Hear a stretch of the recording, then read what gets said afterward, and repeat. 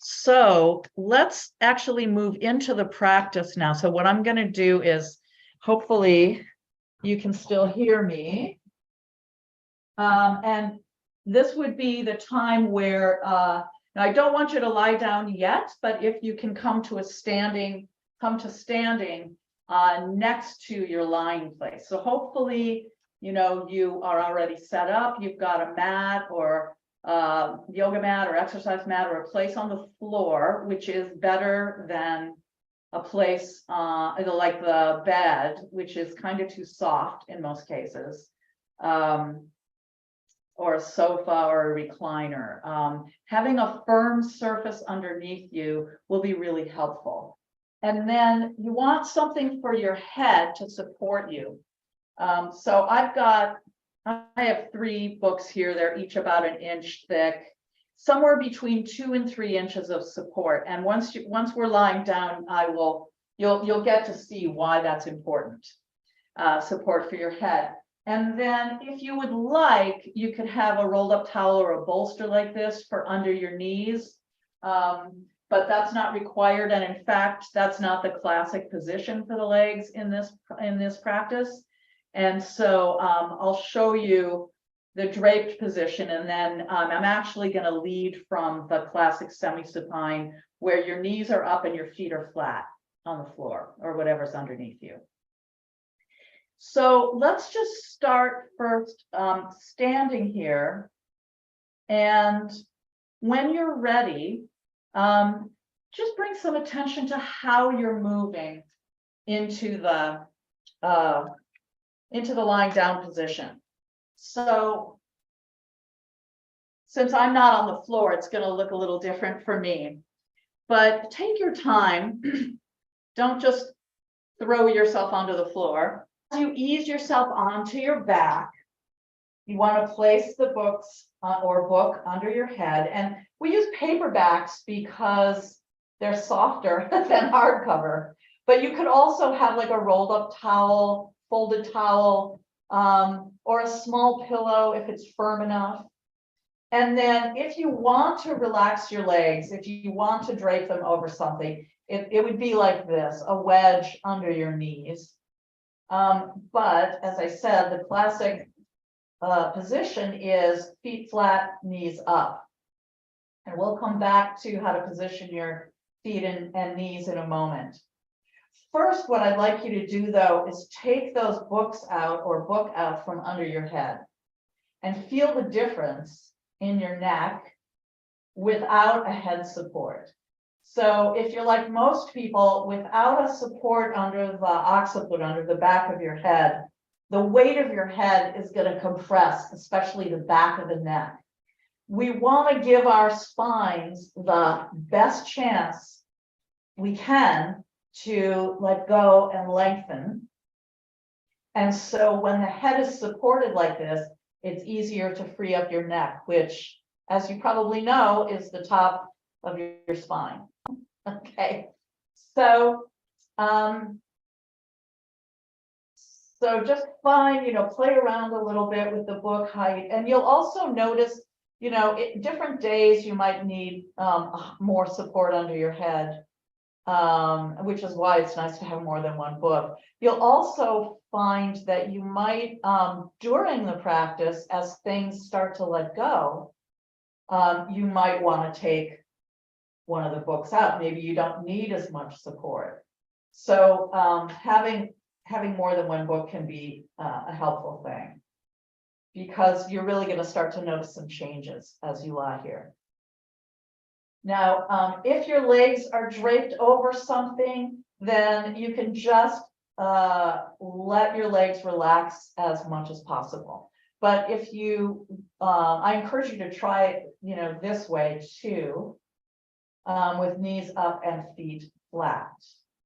And see if you can really, as like you do when you're standing, stand your feet on the mat and notice if you're rolling to the outside, it's like all the weight's going to the outside of the feet or to the inside, and or just the heels. See if you can release the soles of the feet into the support that's underneath them. And you can place your feet, you can decide what feels easiest, where your feet are. So how far apart they are, how close they are to your butt, if you want to pull them way in or if you want to push them out a little bit. Me, I kind of find about halfway there and a little wider possibly than hip width. Makes it easiest for my legs to relax. And as you are lying here over time, if it starts to feel like hard to keep your knees up, you might just let your knees fall in toward each other so the legs can kind of lean against each other. But to start, let's think about the knees rising up toward the ceiling, toward the sky. Now, as you're lying here, if you've closed your eyes, let's just open them to begin. It's okay to close your eyes because sometimes you can feel better what's happening in your body with your eyes open.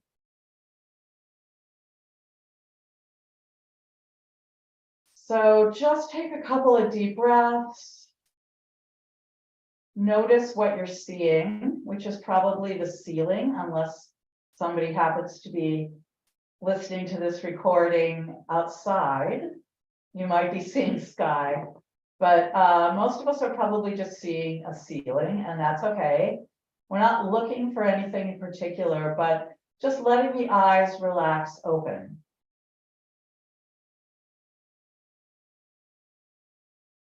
Take in a full breath.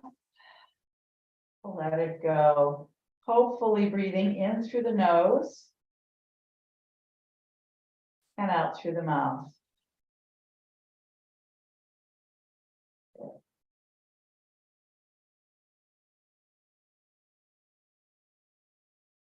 And then let yourself begin to look over to the left. Just turning the head over to the left and then coming back to center. Now looking over to the right and then come back to center. Yeah, and then just find that nice middle sweet spot at the back of your head. And you can keep your eyes open or let them gently close. But before you close your eyes, if you choose to do that, see if you can just get a sense of yourself lying here now in the space that you're in. Include a sense of the space all around you. Now, if you're looking at the screen, which you probably aren't, but if you are, you can see that my hands are resting on my abdomen with my elbows bent. And that is probably the optimal resting position for your arms and hands. If you want them at your sides, they can be at your sides, palms down, or palms up, although with arms resting with the palms up, there's a certain tension that the shoulders hold when your arms are in that position. So see what it's like to just let your hands rest on your belly. And if that's really uncomfortable, then let them rest at your sides.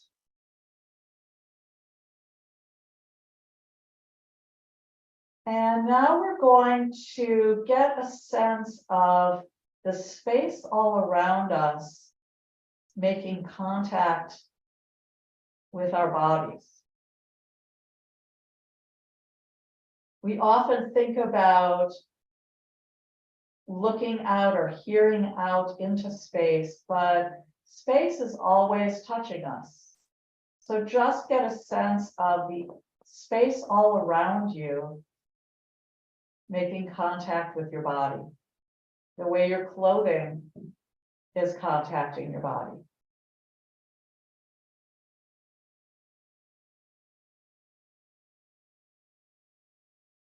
And then you can move your attention more inward and sense how things are on the inside.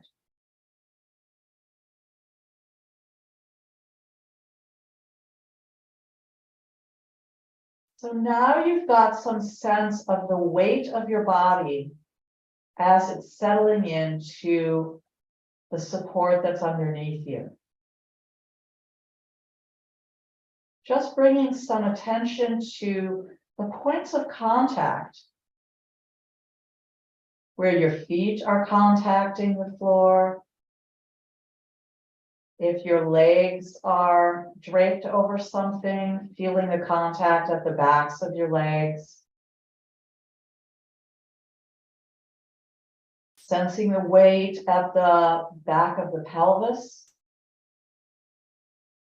Maybe you can feel how your thigh bones are connecting into your hip joints. Can the hips be receiving your legs?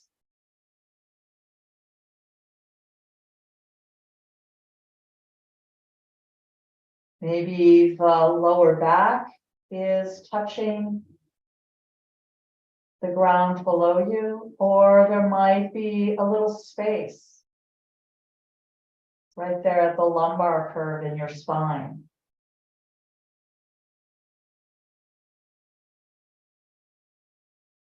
Sensing how the back of the rib cage is contacting the support of the floor below.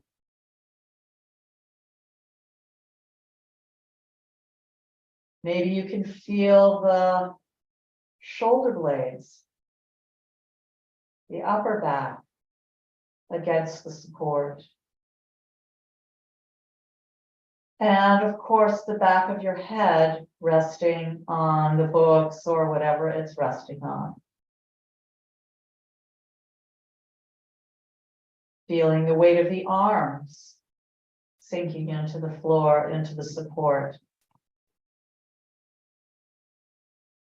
You don't need to do anything about these points of contact, just feel them. And can you allow gravity to take the weight of your body?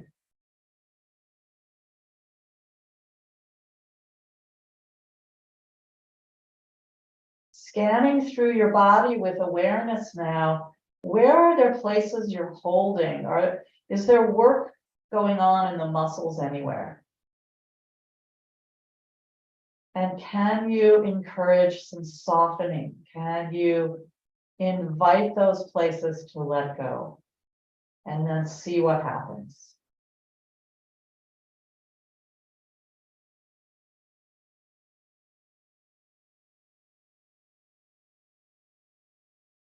Yeah, and there's breathing happening. There's movement in the chest and the belly and the back of the throat as this body is breathing. And just like some unnecessary holding in your muscles, is there any holding or pushing or restriction in your breathing?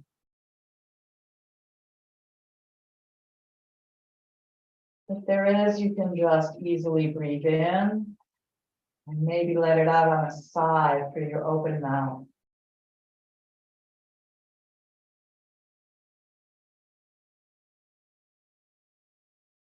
You might notice that every time you exhale, it's a kind of letting go.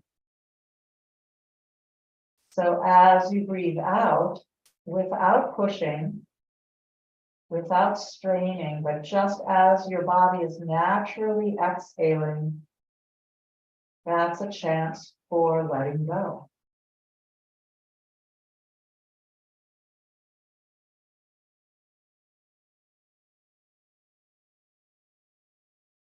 Now, as I said earlier, when we're upright, we're balancing with the force of gravity. But when we're lying down like this and we give in to the support of the gravitational force, all the structures of the body start to open, they start to release. So bring some attention to your spine now. Starting at the tailbone, way at the end. The tailbone is that little curved part of your spine, curls around a little bit toward the front. From your tailbone, way at the end, traveling all the way up through the middle of you. Imagine a line of energy rising up from the tailbone through the sacrum at the back of your pelvis, through the low back, the mid back, the upper back, your neck. Your spine rises up all the way to in between your ears, at about the level of your cheekbones. So just thinking of this lengthening spine that as it lets go, it's getting more spacious. The discs in between each of your 24 vertebrae are getting a little puffier, like kind of puffing up, plumping up a pillow. These are liquid-filled, gel-filled discs that act as shock absorbers when we're upright. When we rest like this, the lengthening spine becomes more spacious.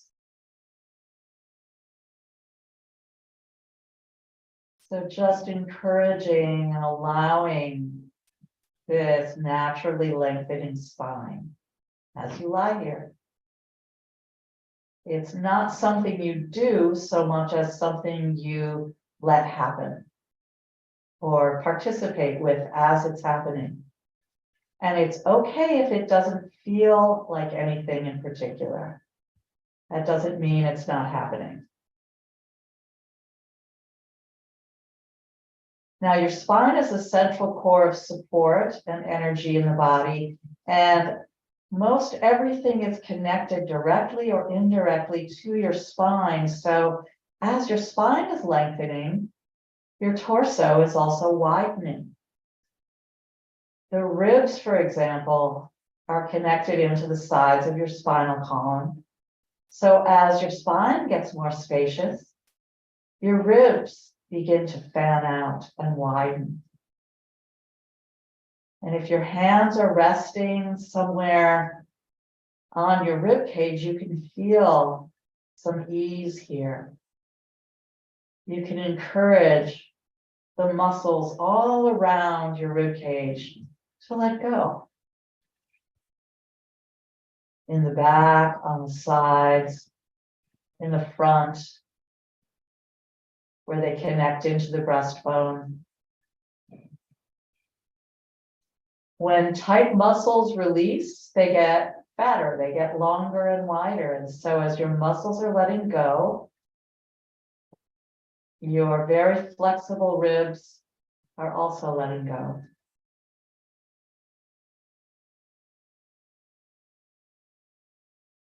And this can happen in the shoulders and the top of the chest as well. Your collarbones, nice and wide, sit on top of your widening rib cage. Your shoulder blades can let go and release into the support that's underneath you. And that's going to free up your arms.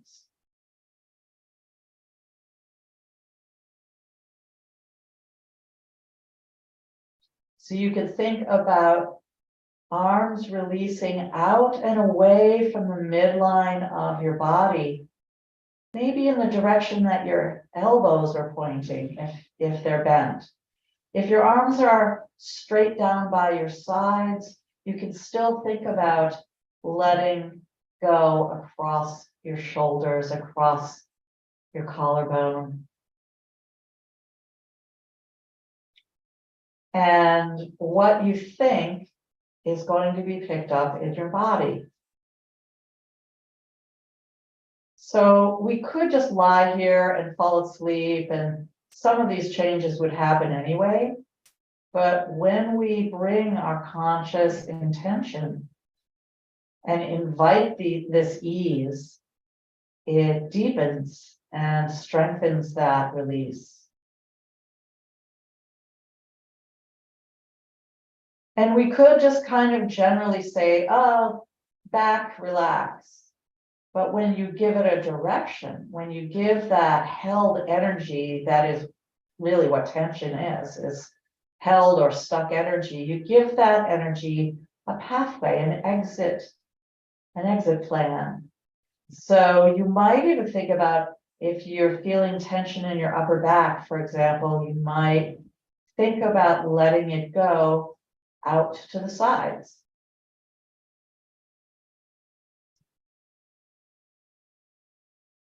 And then bring some attention to your neck. And just to experiment a little, begin nodding your head, yes. So tuck your chin and then lift it. Do that a couple of times until you find, again, this sort of midpoint where you're neither tucking nor lifting.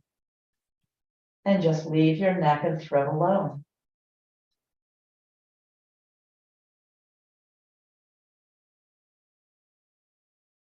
Then you might bring some attention to the face and see how the muscles in the mask of your face can let go.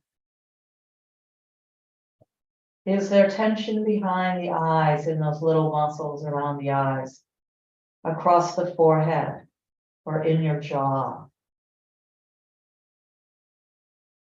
Allowing that to soften, allowing the eyes to simply rest in the eye sockets, allowing the tongue to rest in the bottom of the mouth, allowing your ears at the sides of your head to simply hang and rest.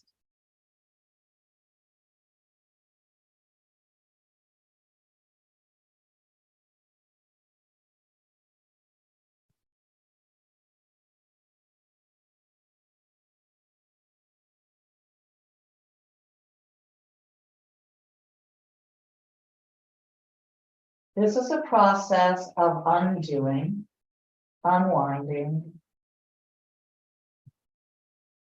and it's a process of non-doing. Just notice how effortless it is to stay supported by gravity.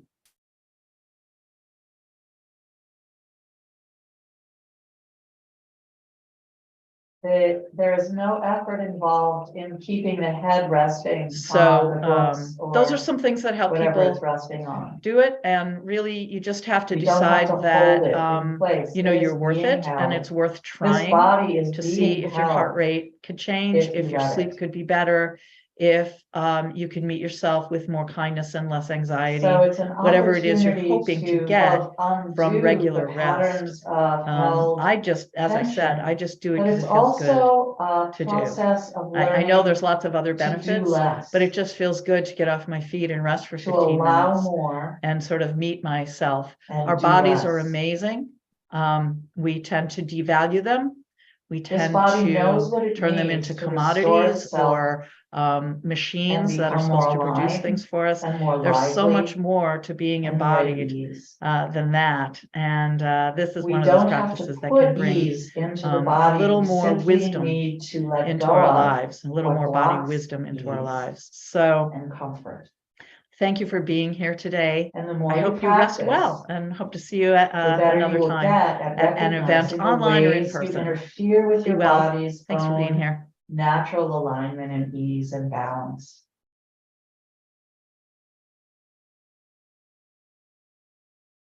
So ending by taking a nice full breath in again, let it out.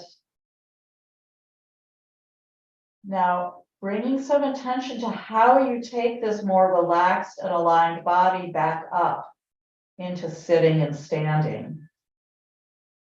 So don't just jump up and go into your old ways, but take your time, and you might begin by just rolling over to one side and pause there. And then a lot of people will push up with one hand to sitting. Some people like to come up on all fours and then stand.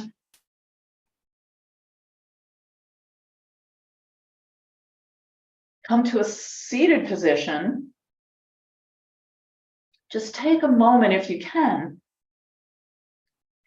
to see if you can stay long and wide, stay open, stay with the releases that you've just allowed, even though now some of your muscles do have to engage in a certain way because we're upright. But find your way back to your seat, and we will end with a little bit of reflection. And really, you just have to decide that you're worth it, and it's worth trying to see if your heart rate could change, if your sleep could be better, if you can meet yourself with more kindness and less anxiety, whatever it is you're hoping to get from regular rest. As I said, I just do it because it feels good to do. I know there's lots of other benefits, but it just feels good to get off my feet and rest for 15 minutes and sort of meet myself. Our bodies are amazing. We tend to devalue them. We tend to turn them into commodities or machines that are supposed to produce things for us.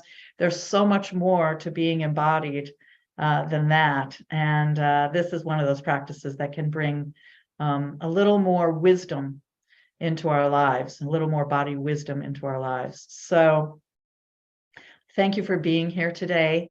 I hope you rest well, and hope to see you at another time at an event, online or in person. Be well. Thanks for being here.